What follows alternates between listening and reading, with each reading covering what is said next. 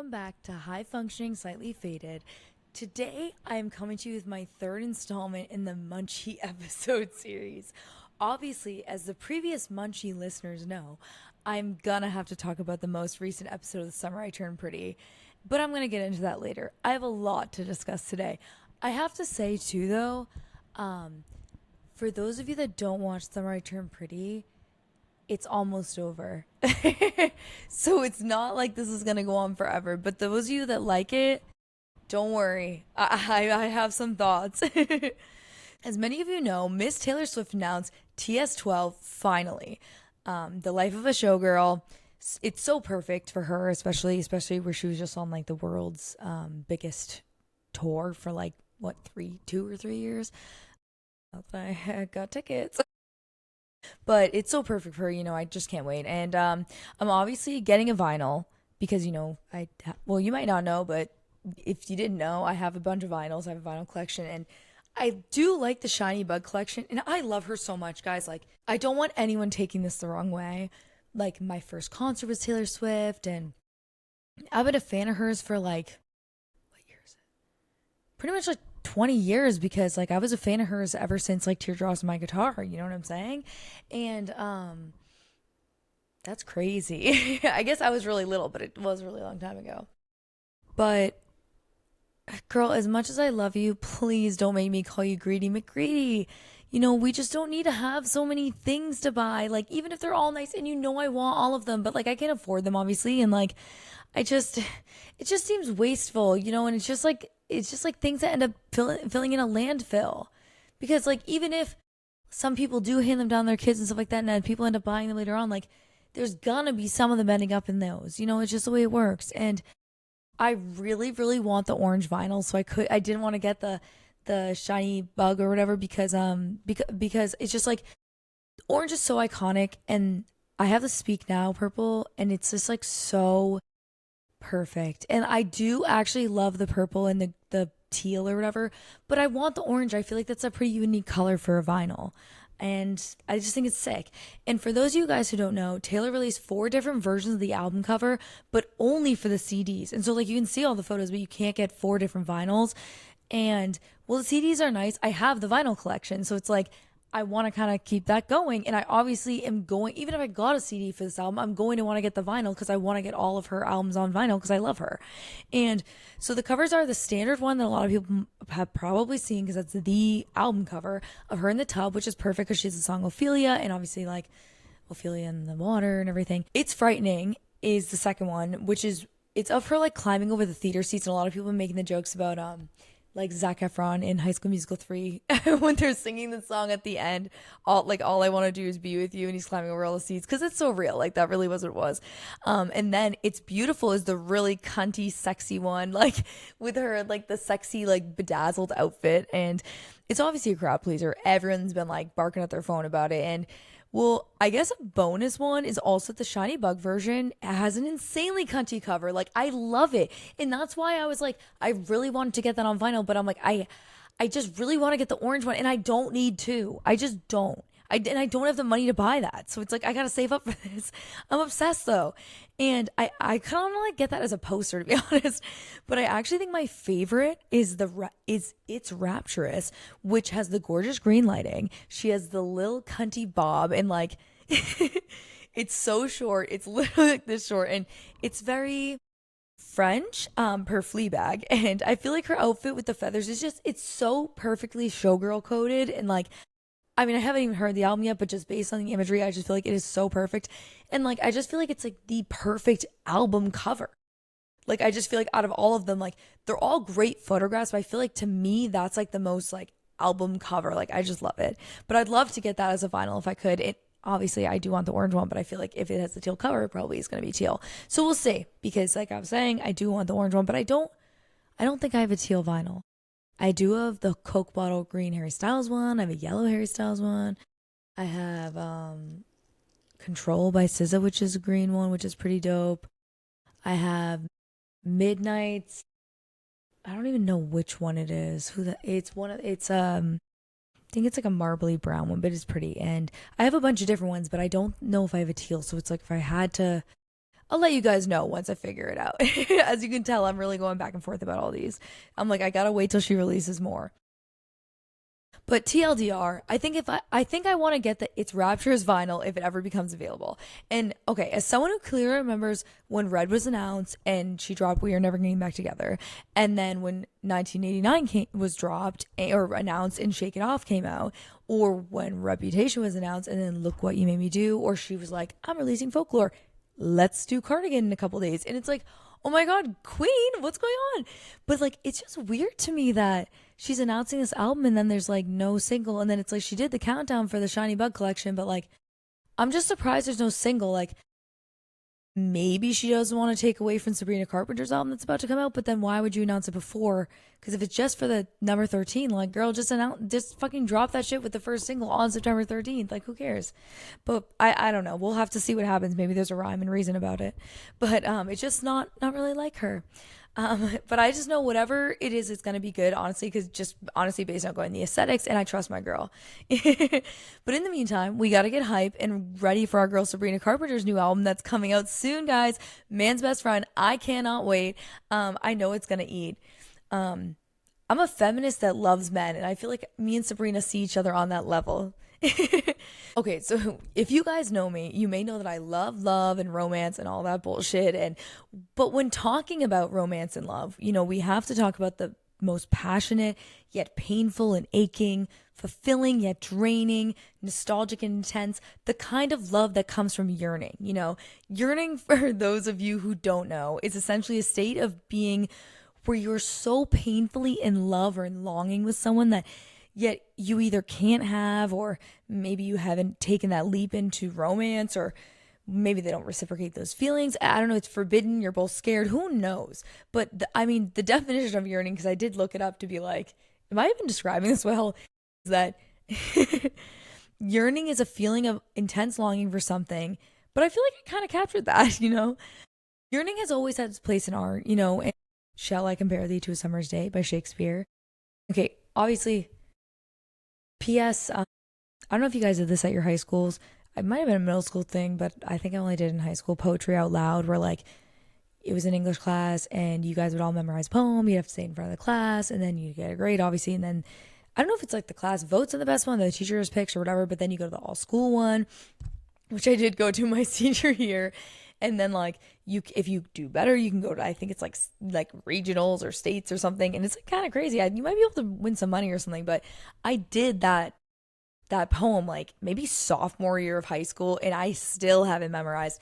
I can probably recite all of the poems that I memorized for that. I don't know how, because all the concussions have gone and knocked everything else out of my brain. You'd think it would have knocked that out, but I must have stuck with me. I don't know.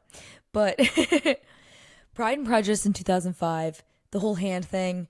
It's if you haven't seen that movie, man, woman, child, I don't care. Watch it. It is so good. Ooh, sorry, I keep hitting my mic. It is so amazing. I love that movie. And Conrad Fisher in The Summer I Turned Pretty, obviously, speaking of the hand thing, and Les Miserables, Miles Stilinski and Teen Wolf.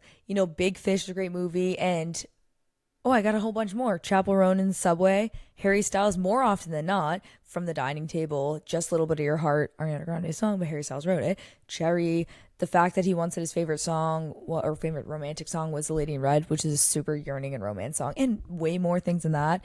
And he also counts because I yearned for him. And of course, who could forget Fleabag and the Priest? If you guys haven't seen it yet, I love you. It'll pass. It's like, oh my God, it's so heartbreaking. Okay, now you guys gotta go watch the whole show. I promise it's worth it. You gotta finish the whole thing. I understand. I know some people were saying they couldn't really get into it first, but I'm like, finish it. It's so good, but you need to watch the first season to understand the second season, and the second season is so good. It just all ties it together so good, and it's just like, oh my God, it's so heartbreaking, but it's so good. Oh my God, and I don't know how I almost forgot this one. One of my all-time favorites, La La Land. And, call me Walt, because there's another hidden Minky about the Summer I Turned Pretty in this episode, because Adam Fisher is always at the scene of the crime. Epilogue from La La Land plays in the background. It's like, I wish I could claim that as my own joke, but I saw this like It was one of those, I think it was like one of those edits to David by Lord that's like, um, I'm like me about to start singing the thing and be like, oh, but it was like of La La Land. And if you guys have seen, if you haven't seen La La Land, what are you doing? Like, come on, like you gotta watch it. It's just, even if you guys don't like these movies, it's important to watch the films that are important to certain years, even if you don't like it, because it often reflects what's going on in that time. But if you don't really care about, like, I guess, like analyzing art, literature, film in the context of the modern political environment, then you're not going to care if you're just trying to chill. But like, I don't know, it's important. I don't know. I love La La Land. You guys should fucking watch it. But it's like I saw that the edit of the ending, the finale scene, the epilogue. That's why I was saying epilogue plays or whatever from La La Land. When that song is playing, there's this whole montage, and it is so beautiful, it's so heartbreaking, etc. And they edited that to David by Lord, which, if you haven't seen those edits, it's obviously a lot of yearning, a lot of heartbreak. Eternal Sunshine, this spotless mind, it's giving. I saw a bunch of Belly and Conrad. I saw that one that I was just describing. I've seen a million of them, and I've seen like Taylor Swift between the Tortured Poets Department and then like Midnights, because like the color, and then like the black and white or whatever. I've seen a lot of those. But one of the top comments was Adam Fisher always the scene of the crime. And if you don't know what that means, Adam Fisher's character is Summer I Turned Pretty, but you gotta watch La La Land. I'm not spoiling this more than I probably already have. But go watch that. It's so good, and it's just so funny. But it's like, yearning is gonna exist in media, and it always has. As long as love has existed, yearning has existed. And it's always gonna be there to fucking pull at our heartstrings. It's like the catharsis. Like, we live for that catharsis. Like, because you'd rather watch a movie that is heartbreaking, devastating, and get those emotions out and live through that catharsis than have to live through it in your real life and then have to actually deal with that drama. You know what I'm saying? So that's why we like those things. Okay, so moving on. As I've said like 10 times, I've taken multiple film classes and blah, blah, blah, and things like that. And as I learned when I first watched Citizen Kane for the first time, which, for those of you who don't know, it's one of the earliest, most influential films in cinema. I mean, you could say in Psycho, it's the first time they ever showed a toilet flushing on film or whatever. But with Citizen Kane, there's a lot of things with like the way they did the lighting, the way they did the shots. It's very interesting, especially if you watch it with someone who knows all of these things and fills you in, because it's like, oh my God, that's so cool. And it's like, I wouldn't even have known that they did that. That looks, a lot of these effects look so realistic, it's crazy. And there's actually tea behind that movie, which is like, it's actually based off of the Orson Welles, who stars in it and directed it. He based it off of some real life guy. Orson Welles made this character, Charles Foster Kane, based off of, and his whole story is that he's like a newspaper mogul, and he starts as like, I think he's like an orphan or something, and like in like Colorado or something, and then maybe he gets adopted or so, I don't know what happens, but he ends up being like I have seen the movie like 5 times, but I can't get into a deep dive right now. I'm just giving you the gist. And then he becomes like a super famous newspaper person, then he like runs for political office. It's very interesting. There's actually, I mean, you might be like, oh my God, Julie, this movie is so boring, why'd you recommend this to me? It is interesting. You should look into the facts about it in the history. It's a very like cool thing in cinema to watch. It really mostly is if you know these things, and I had a teacher that was like pretty passionate about this stuff, and he always would be like, he was a great teacher, and he always would be like, I tell all my like students, like, when you graduate and you hear these things that I tell you about, you got to give me a nickel for when you hear these things. Cause it's like, I had 2 nickels for every time I heard whatever, because people would be like, I've never heard of this. But after you learn these things, you see them everywhere, and it's like you see these things in like other movies that are more modern and everything else, and it's cool. I don't know, I just feel like it makes it more interesting. It's like Easter eggs, But Orson Welles created this character, Charles Foster Kane, who is Citizen Kane, and it's loosely based on the life of media mogul William Randolph Hearst, who owned a famous newspaper chain. They both use yellow journalism, which is like a sensationalized and often biased form. It's like Daily Mail. But then at the same time, it's like, when has Daily Mail ever been wrong? I mean, they may have been offensive, but I'm like screaming into the mic. It's like, I don't agree necessarily with the Daily Mail, but I had this joke in college. Like my roommate Sam was like, Julie, do not get your news from the Daily Mail. And I was like, I'm not. But at the same time, it's like, sometimes I read it like when I get like when I first wake up in the morning, just like to wait, I don't know, just have something to like look at when I wake up. And or something like that, or like before I go to bed or whatever. I'm bored on like the, I don't know, in a car, not driving, obviously, but whatever.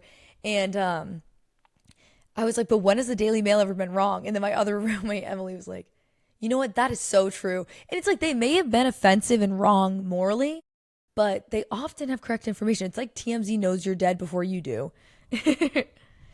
But Citizen Kane builds this like legit like castle. And Hearst also had this whole thing called the Hearst Castle, and it's like had a lot of like art collections and things in it, which is crazy. Like all these things in this movie, which seem like they wouldn't be real or they'd be exaggerated, are actually very accurate to this real guy's life. And this guy was obviously pissed. And there's this whole thing throughout the movie because it starts with the movie opens with Citizen Kane dying. Charles Foster Kane, he dies, and like he drops like a fucking snow globe on the ground or whatever. And he's like, Rosebud. And then the whole movie, it's like, OMG, what is Rosebud? And I won't tell you what it is in the movie, but I'll tell you what it is in real life. And the rumor is that in real life, William Randolph Hearst, whoever the girl was that he was hooking up with or whatever the hell, his nickname for her coochie was Rosebud. And so they put that in there knowing that almost like just like to humiliate the guy. But I think he was like a kind of dick. But I don't know. Well, the thing is that the real life William Randolph Hearst actually prohibited this movie from being talked about in his newspapers, which he owned like the majority of newspapers or whatever. And it's very interesting. But it's like I'm actually looking at this right now, and I know it's like don't get your news from Reddit. I'm not saying that, but someone was saying like Citizen Kane is a very universal story. It's with how it's all about how rooted we are to our past and how also over the course of our lives, like we can change everything else. And that's actually an interesting perspective because like I definitely do think that's true. So it's like, oh my God, and Orson Welles was only my age. He's 25 when he directed this movie. So what are you guys doing? I'm doing this.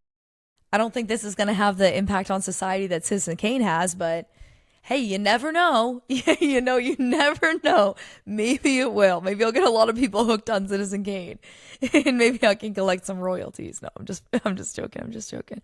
But the whole reason I actually got onto this, even though I said moving on right before I started talking about this, is because this is kind of in the same category as Yearning. And so there's a superstition called splitting the pole, which I'd never heard of before I'd seen this movie and had it talked about in a class. But it essentially means like, it's kind of like don't step on a crack or you break your mother's back. But it's like if you're walking in a hallway and there's like a pole in the middle, you're walking with your best friend, you're walking with your, like, I don't know, significant other, whatever. You shouldn't split the pole. You should stay on the same side of the pole because you don't want to let go of their hand or whatever. And it's like bad luck or something. I don't know if it's like bad luck on your relationship, bad luck in general, and I think it's good luck or at least neutral luck if you walk on the same side together. And I think it's like more longevity to the relationship or whatever. But Kane and his BFF Leland, who like definitely are low-key giving gay if you watch the movie, it's definitely implied, but they make a point not to split the pole at the newspaper place. And like before my teacher like paused it and kind of explained that to us, I was like, why did that one I can't remember if it was Kane or if it was Leland. Why did that person make a point to stop and walk around when he could have just like, it was just very bizarre to me. And then when the teacher said that, I was like, oh my God, I didn't know that was a superstition or whatever. But I'm just like, oh gosh, I guess that makes sense then. But it's definitely, they have a little bit of a homoerotic relationship for sure. Okay, so on to a little bit of a less fun topic, but I was actually planning on doing a little bit of a deeper dive into Yearning and like more of how it reflects in society and media and art and blah blah blah blah blah and all this other stuff that the only person that probably would have cared about it would be me. But that was my original plan. But then I was looking it up and like doing things like Googling the frequency of Yearning and like how it was Googled and used and everything else. There was an enormous spike. I mean, there was a spike for it recently, obviously with the trend. People have been talking about it online a lot and everything else in the media coming out. But there was a huge spike for it in April 2008. So let's take a moment to pause for anyone who might be listening to this that knows where this is going, because I had no idea.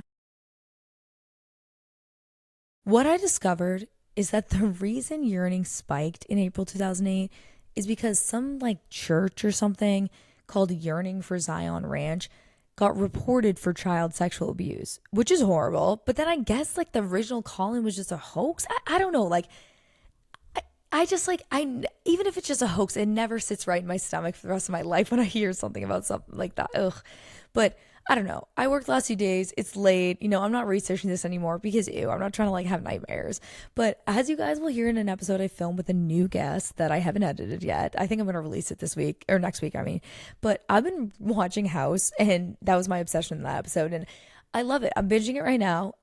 When I was editing this script, I was actually watching it. But low-key, I've kind of been cheating on it with Criminal Minds too because I do like watching with Joe, but it's like so addictive. I can't stop watching it. But I don't want to get too far ahead, you know, because I feel kind of bad. But I've been watching Criminal Minds, but when I'm home alone at night, I can't watch Criminal Minds because I kind of get scared. The reason I'm even bringing this up, besides the fact that I was watching House and I was editing the script, is why does House have such a pimp walk theme song? If you guys don't know, you got to listen to it. And like even in the theme song, because obviously they do a lot of walking around the hospital and he likes walking because his leg hurts or whatever. They're walking like in the group and the music's playing. It's literally just like, it's just interesting, but it's that early 2000s shit. I don't know. Some songs, I know this might be a controversial segment, but some songs that they did better on Glee, I'm going to go with Paradise by the Dashboard Light, Don't Speak. I'm sorry, Celine Dion, but it's all coming back to me now. She does a perfect version, I know, but it's just like, I've listened to the Glee version so many times, and like, I just think about the context of the show and everything else, like, and like, I don't even know the words to the longer one. I literally only know the words confidently to the Glee version. Oh, and Like a Prayer.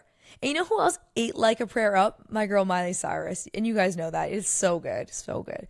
Then we have some BBC Radio 1. Oh, wait. Hold on. Another song they did better on Glee was maybe the Heads Will Roll in Thriller mashup, just because that was so iconic. I'm not saying that they're better than like Michael Jackson at singing, but they ate that shit up. And with Heads Will Roll, it was so good. And there's so many more, but maybe I'll have this be a recurring segment. Let me know your favorite songs that they did better on Glee, because there's a lot. Usually the Glee version actually is better. Someone said it as, I obviously probably is a joke, but my sister and I are always like, no, like, yeah, it's true. It is true. You know, she always has fucking the Glee cast in her Spotify Wrapped. This I was kind of thinking about today. Some of my BBC Radio 1 favorite performances, obviously, you know, I'd be streaming this shit on YouTube. You know, I'm like, guys, let's get drunk and come back after the bar and watch music videos. But low-key. But between you and me, honestly, I have a few million favorites from this, but I'm going to give you a few right now. And so one of my faves of all time is Why'd You Only Call Me When You're High by Miley Cyrus. Oh my God, Summertime Sadness by Miley Cyrus. Baby Come Back, Ocean Alley. Torn, One Direction, obviously. I'm like, I'm going to have to cut out me bursting into tears after that because that's like the last performance they did together. Fast Car by Justin Bieber, iconic. Juice by Harry Styles, so good. And Take Me to Church by Demi Lovato, I remember when that one dropped. So let me know some of your favorites because I love listening to these covers. I feel like it's like just such a fun thing for the artist to do. And it just like gives people the chance to get out of their genre, and they're always so good. And they're so fun, and the artists really enjoy it. I feel like I like watching it too. It's kind of like the Tiny Desk. I love those. So another hot take I have this week that I want to throw out there is that as someone who was on Stan Twitter as like a teen, preteen, getting preteens onto that kind of protects them from pedos online. Because I know a lot of people that were on Kick and stuff like that. I was never on that. And I know they're talking to like older people and stuff, but I was never on that. But I was like on Twitter and stuff, probably at too young of an age. But it's like maybe like because it's like mostly just like young girls. And it's like we're not talking about meeting up normally. We're just like, OMG. Did you hear One Direction's going on tour again? I have no money. Let's see if my mom will get me tickets for my birthday. You know, like, I doubt it, but let's pray, you know, something like that. But at the same time, I guess not everyone is like within a 10, 15-year range, even though generally that is the case. Because, and no shade, but Club Chalamet is like 60. When I found that out, I was shook. Because I'm always like, so true. I love Timmy. You know, I love Timothy Chalamet. But then it's like, oh, okay. Interesting. Okay, so the next part that I'm about to go into is I'm gonna talk about The Summer I Turned Pretty. So everyone that wants to hear this and doesn't want spoilers, or doesn't want to hear this and doesn't want spoilers, skip ahead a couple minutes. You know, I'm gonna try to keep it concise, but I gotta sum up episodes 5 to 7. But I just watched Summer I Turned Pretty episode 7, and I gotta give my thoughts at this point in the season. So I'm gonna try to keep it brief because I know not everyone watches. But if you want to skip ahead a few minutes, go ahead. So I feel like Jer really showed himself a lot. I had to take notes because there was a lot that happened in the last few episodes. So I feel like Jer showed himself a lot by trying to really prove himself at work and everything, which I was happy for him about because I'm Team Conrad, but I don't hate Jer, and I do feel like he gets a lot of unnecessary hate. Like, he's not that bad, guys. Like, you would like him if him and Belly were just friends right now. It's like, stop, you know? But, and maybe I'm in heat, but obviously I was not against the peach scene. And I'm like, Belly, move over. Same with the guest bedroom scene. So I'm a cake lover, and fuck you guys for your comments about the chocolate cake. Y'all are annoying as fuck about the Jeremiah cake thing. If I was having a cheap as fuck wedding and the only thing I really wanted was a $750 wedding cake, I would also throw that shit on a credit card. Like, what the fuck? And also, it's like, I get it. It's like it was more expensive than Belly's dress. But if Belly really wanted to open a credit card, like, I don't know, a Discover card or something that has a lower interest rate and pay the dress off, she could do that. And I'm not saying that that's like the best thing on earth to do, but like, if it's your wedding and you really want to do that, it's not the worst thing in the world to have a payment. And also, it helps you build credit. And if you're young like that, you don't have credit. You probably don't have credit. At least I didn't get a credit card till after I graduated college, and like, then I had to build some credit.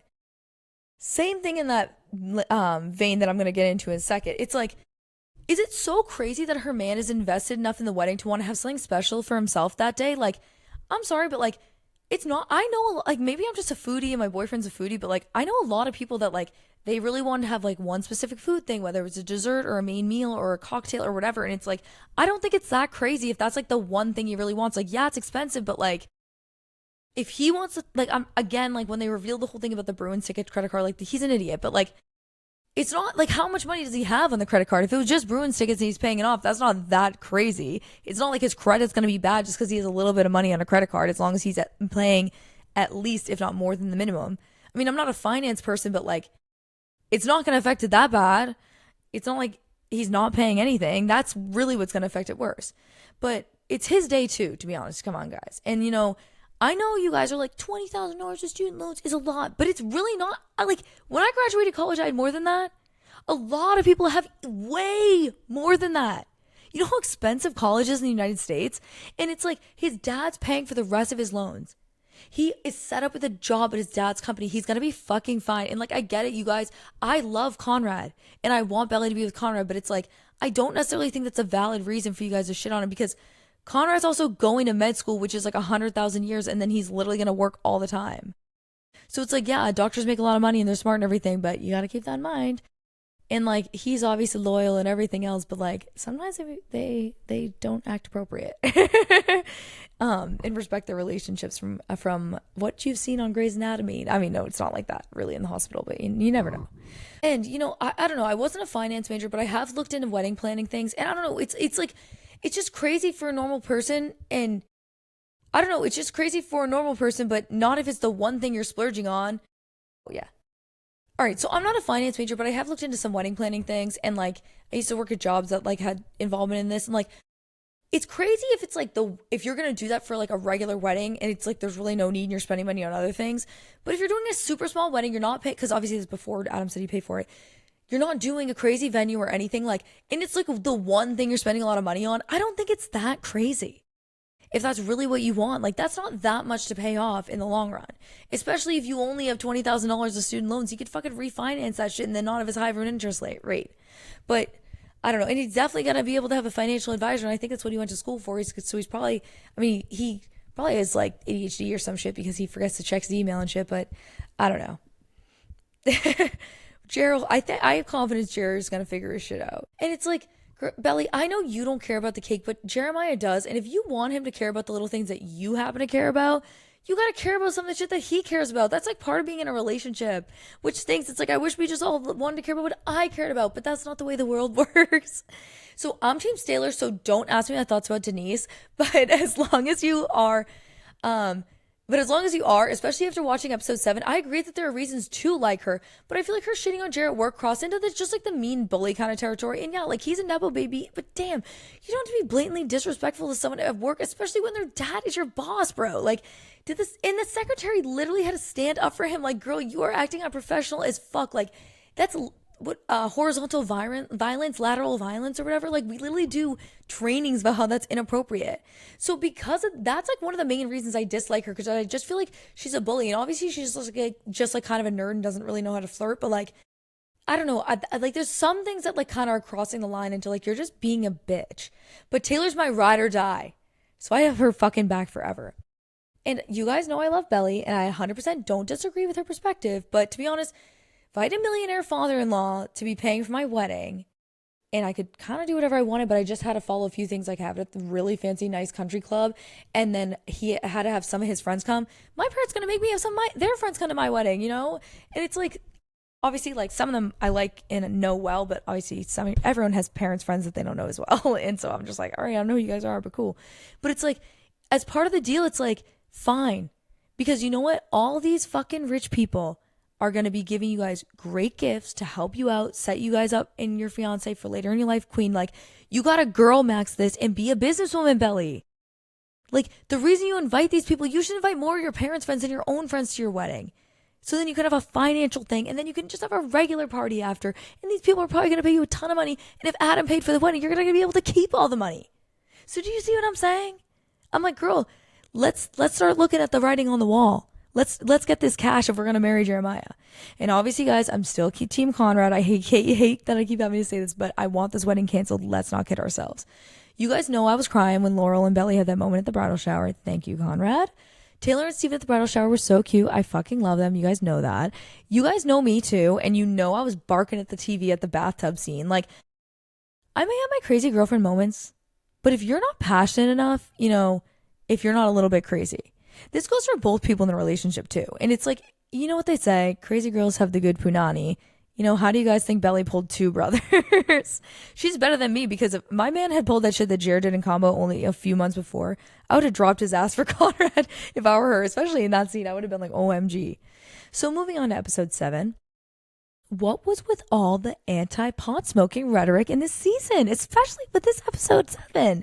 Like, bro, what if I want to smoke at, like, who cares if I want to smoke in my bachelorette party down on Cape Cod at my beach house in Massachusetts where weed is legal? Is that so crazy? I bought weed and smoked it on the Cape.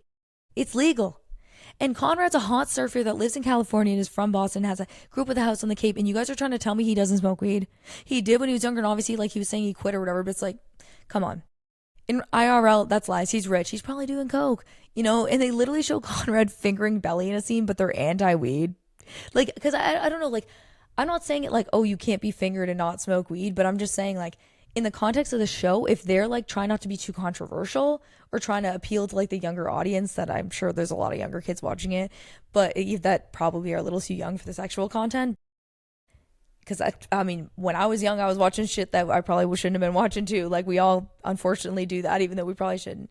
But it's like they show all that, but then it's like, is that why they're being weird about the pot smoking? But Belly did take the edibles, and they started bringing her back to Conrad. So maybe the moral of the story is that weed's gonna help you meet the love of your life. I mean, did help me meet mine, as crazy as that sounds, but it is true. So I know that scene with the group, like dancing, like getting ready. It was like the rehearsal for the reception or whatever. It was kind of cringy. I totally understand that. But it's like, maybe I am in heat, but something about seeing Conrad do that dancing to Zayn, it had me calling my man being like, you got to fake sick and come home right now. I'm just kidding. Kidding. So, well, actually, the exact note in my phone I wrote about it while watching the episode was OMG, in all caps, something about Conrad dancing to Zayn girl, ugh. That's what I wrote. So I liked Annika at first, but it was really weird as fuck and not really a good friend vibe. The way she was like, oh my god, Conrad's so hot. I would totally fuck him if he wasn't Belly's first love. And as a girl, like, what the fuck? It's like, it's just like a weird way to say that. Like, it's just almost passive aggressive to me. Like, you're trying to dip your toe in the water because you want her to be like, oh, it's okay. So then, even though you know it's not okay, but you want to almost pressure her into doing it. And it's like, the reason I'm saying this because I've met girls like that, and it's like, or I guess maybe boys too. And it's just like, you're making me uncomfortable. Like, don't be weird about this. Like, you know that crosses the line. You know, especially if you're a good friend of mine, like my college roommate, and you just met this guy and you know he's my first love. But it's like, she didn't even have to add that. I'd hit that. Like, how disrespectful. She could just be like, oh my God, Conrad's so hot. You guys never told me. Like, she could have left it at that and been a lady. But I was so happy that Taylor, though, was like, no, don't do it. No, don't do it. Because it's like, when Belly told her to go for it, because girl, come on. Be real right now. I thought it was kind of weird Denise went to the bachelor party though, because like everyone else was super tight but her, and obviously she was friends with Steven and Jared, but like I get her coming for the weekend because of the whole her and Steven doing the game thing, but like I feel like she didn't need to go to the bachelor party because like I feel like if I was her I would have felt like weird. But I feel like she had more fun when she went with the bachelorette, you know? But I feel like that would have been weird before people started getting drunk because of the whole Taylor and Steven thing. But I also would want to keep that event like pretty tight knit if I was the bride, you know? Especially when it already is pretty tight knit. So I was pretty upset. Like obviously the whole thing with Jared and the cheating and everything else, like was very much giving like we were on a break, morally gray, etc. But in some ways, because it could be argued, you know, but like I was upset how callous and casual he was kind of being when talking about how sleeping with that girl Lacey or whatever in Cabo, because and like his friends, because I felt upset because like not like one, I would be upset about that. Two, I feel like it's disrespectful, especially on your bachelor party, to be talking about that when like you're about to get married. Like my sister texted me and was like, "Why the fuck were they all talking about their exes the whole bachelor and bachelorette party? Like what the fuck?" I do like the combined though. I feel like it saves a lot of money, you know, but I feel like that scene took it from that morally gray. And I know it's like Conrad finding out, but it's also like the fact that he found out in that way where they were kind of being like mad disrespectful to Belly about it when recounting it. I felt like we it took it from that morally gray we were on a break area to it's giving me an icky vibe. You know, and Conrad, baby, you had me sobbing. I love you. Let's run away together. You know, what Belly should have said, and that's what Belly should have said is Conrad, baby, you had me sobbing, Chris Briney. You know, I love you. Let's run away together. That's what Belly should have said, especially after that scene in the bathroom with Taylor. Like, they're killing me. I can't wait another week for the next episode. All right, guys. All right. Spoilers over. Tune back in. If you guys are done with Summer I Turned Pretty, I'm done with it. So now we're going to move on to the final and everyone's favorite segment, my Slightly Obsessed list. Article. If you guys haven't used it, it's awesome. It's an app. It's also a website, but the app's fun. It's like Evite. I remember if you guys used that when we were younger. Like, it's like better though. It's more fun, exciting. You can make covers for parties and you can do it for anything. It's really, it's so convenient and it's like easy to get the word out to people. I just got the Niall Horan 5-year anniversary Heartbreak Weather album. I ordered this vinyl a couple months ago and I ordered the one for the show that's the live album. It's really cool. Niall honestly has great vinyl packaging. So whoever is designing his, they're doing a great job. I took it out of the box, but I haven't taken the plastic wrap off because I've been working every day and I don't want to have like gross work hands on it. So probably tomorrow I'm going to do a unboxing for that. So I'll probably make a video and post it online. So I'm excited. It's a really, really sick vinyl. You guys are really going to like this. Another obsession is Conrad Fisher, obviously, Chris Briney, you know. Joe needs to stop picking up overtime because I'm falling in love. No, I'm just kidding. I'm just like going crazy watching edits just because I'm like, oh my God, I just like wish I could binge it. But it is, I do like having to wait because it's like makes you like want it more, but it's also like, oh my God, I just want to watch it. I can't wait anymore. Favorite day was like Target brand. I know you guys know I try not to shop there as much because they're big Trump donator or whatever, but like I did happen to go there whatever and I bought ice cream there because I was craving it, and I got the cookies and cream ice cream that's like the favorite day brand, and it actually is so good. And I know it sounds insane because I didn't think it was gonna be good, but it's actually delicious. And then my last obsession is my man, because yesterday was officially / technically our 4.5-year anniversary, and I love him. You know, he's the best. Shout out Joe. You know, when I say technically, it's because we had to talk for a while because he was like on a ship when we first started talking and dating and everything. But I don't know. I thought that was a sweet note to end on, but I gotta go to bed. So, all right, guys, thank you so much for joining me for this Munchie episode of High Functioning Slightly Faded. If you guys have any feedback on the podcast, any situations you want to tell me about, any advice you want, any memes you want to send me, funny stories, crushes you want to confess, if you're going to confess or crush me, you better send a photo. I'm not going to post it, but I want to see. TV shows you want to watch, I don't care, send me whatever you want. Like, I'm always interested in hearing what people have to say. But you can find me at HFSF Pod on Instagram, TikTok, and Reddit. And, you know, thank you for listening. I think that's it. So bye, guys. I'm going to sleep now. Bye.